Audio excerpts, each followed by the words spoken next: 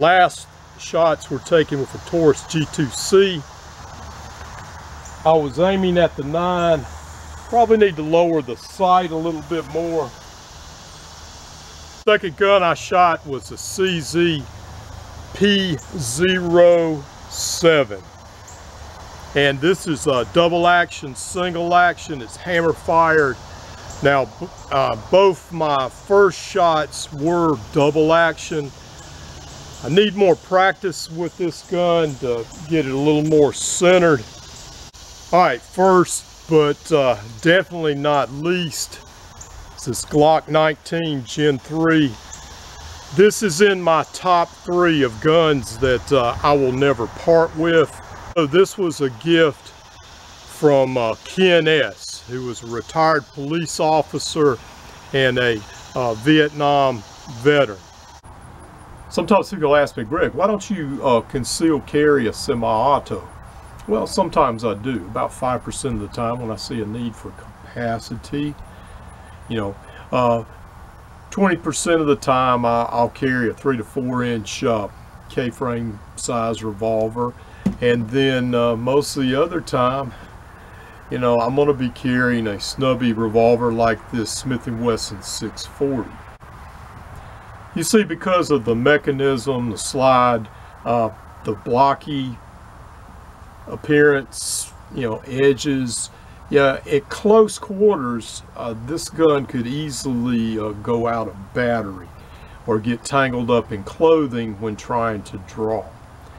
And as opposed to, say, like a snubby revolver with the rounded edges, smooth, comes out of concealment very easily and very smoothly. Less likelihood of getting this gun tangled up in your clothing or it jamming in some aspect. Now, Claude Werner, the tactical professor, in his analysis of citizen-involved self-defense shootings, found that most shootings take place between 4 and 12 feet. That's reach out and touch somebody. And not only are you going to have to be able to get that gun out smoothly, but you're probably going to have to shoot with one hand, because you may have to be pushing somebody back with the other hand, maybe deflecting a punch, maybe blocking some type of bludgeon. And a snubby revolver is a point and shoot type firearm. Now, on the contrary,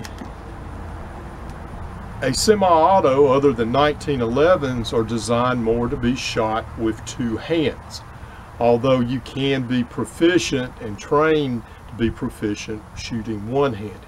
Most people don't take the time to do that. So am I advising you not to carry a semi-auto? Absolutely not. You know, it's up to you to decide what you're going to carry based on what your capabilities are, what firearms available, how much training you've done in the past, and what your local surroundings and environment are. You know, I live in an area that's a suburban rural interface with not very high crime rates, and for those purposes this is a good firearm to carry. But say like other parts of the country, and I won't mention any place in particular, but y'all know where I'm talking about, this might be a better option. So this is Greg with Lionquestfitness, reminding you, you know, your first step in self-defense is not just awareness, it's avoiding situations where there could be any type of conflict.